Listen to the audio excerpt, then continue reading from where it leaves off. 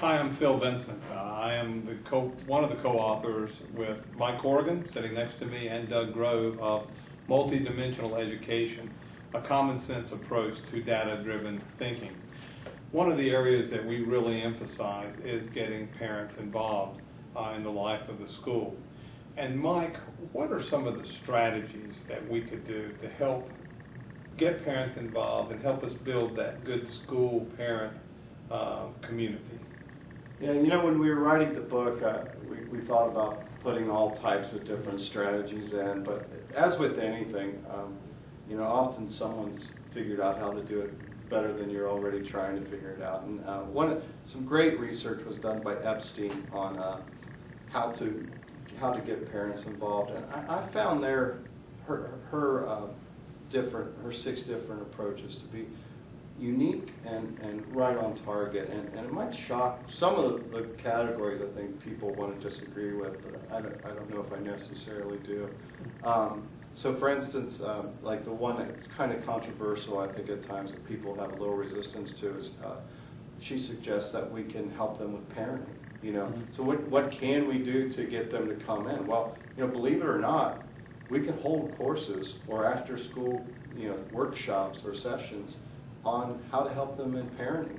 Because, I mean, think about that for a second. I teach child development, and it's one course. I mean, we give a driver's license away, but you got to take a test, and you typically have to take a class. Yet, we can have children, and we don't have to take a test or any class. And when I teach child development, I always think, I just wish somehow this is like a birthing class requirement. You know, to truly teach child development would be a wonderful thing. And I think a lot of parents, I mean, I know myself, even when we had our children, you know, here I was an educational psychologist, throw away the textbook, you know, because I was like, well, you know, what do you do now? You know, and I think a lot of people need that extra support in parenting, especially the older they get. We might be good with younger kids, or we might be good with teenagers, but the older they get, and what we need to help them with parenting, that's one category our book covers. The other thing, you know, is we need to communicate with them, and the example we use in the book is about the school with the dozen bad eggs. A lot of times we shut down the communication lines with parents, and we just need to open up more lines of communication. A lot of teachers are doing great jobs with this right now. I mean, they have websites, they have email, they have cell phones, you know, they're completely available. And yet there's still other teachers that basically send home a sheet in a folder with typos and sentences not well written, you know, to parents, and that's kind of their communication. There's parents or there's teachers that send home a letter explaining what they're going to be doing for the next month and how the parent can help. And then there's other teachers that don't want to share anything. So those are 2 ways. The other way, it's pretty popular, and I know you've talked about volunteering before, and you know, previously volunteering for parents meant what? Well, if you volunteered at schools, you would go in and maybe, well, I've worked concession stands, and you know, whatever needs to go on. Right. It could be different things, helping with Saturday play days or something. Or filing. Filing is the one that I would rather not volunteer. Bulletin boards. Definitely not volunteer you know, for that one. So we like to call it partnering in our book, because a lot of parents, I think, have a problem with that. You know, I'm going to volunteer at my kid's school. We don't know what that really means.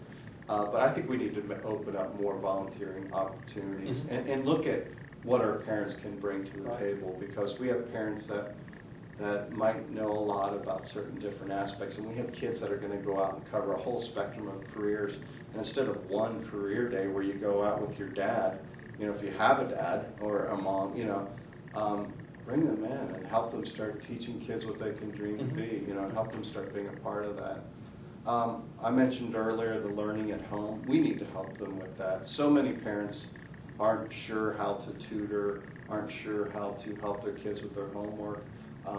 You know, supposedly I'm an expert in statistics and mathematics. You know, that's what we do for a living. But I will tell you, last year my daughter brought home a worksheet from 3rd grade. It was a math worksheet. And by the time I got home, my daughter couldn't figure it out, my wife couldn't figure it out, and they put it in front of me, and my wife said, okay, math genius, you know, figure this one out. And I was like, no clue. What is that? So we emailed the teacher, and it turned out to be something fairly simple, but it wasn't clear to us, and we didn't know how to help our daughter understand it. So, how can we help the kids learn at home? We need to help them with decision making and include them in decision making. And the more you allow parents into your school to help with those decisions, the more buy-in you get from them.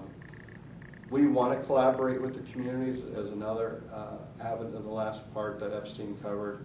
And I think the more we collaborate with the community, the broader the community, the better. I think oftentimes we think collaboration is, getting a bunch of companies to contribute to our sports program or this or that. But, we were down speaking at one district one time, and they were asking why can't we get this bond issue to pass the vote? And I'm like, well, maybe the citizens don't know what you're doing. I think oftentimes if we just get out into the neighborhoods and help a lot more people and not do it on Earth Day, and not do these things, but do it regularly and be seen and be a part of that community, they're going to want to be a part of what we do more often. Yeah, I think that makes a lot of sense. That it's not just something we do once or twice a year. It's something we try to do consistently. And I was at one school, and I really liked this idea that this principal had. The principal there encouraged all the teachers, teacher assistants, to coach. Just go ahead and coach. Help assist on the sports teams.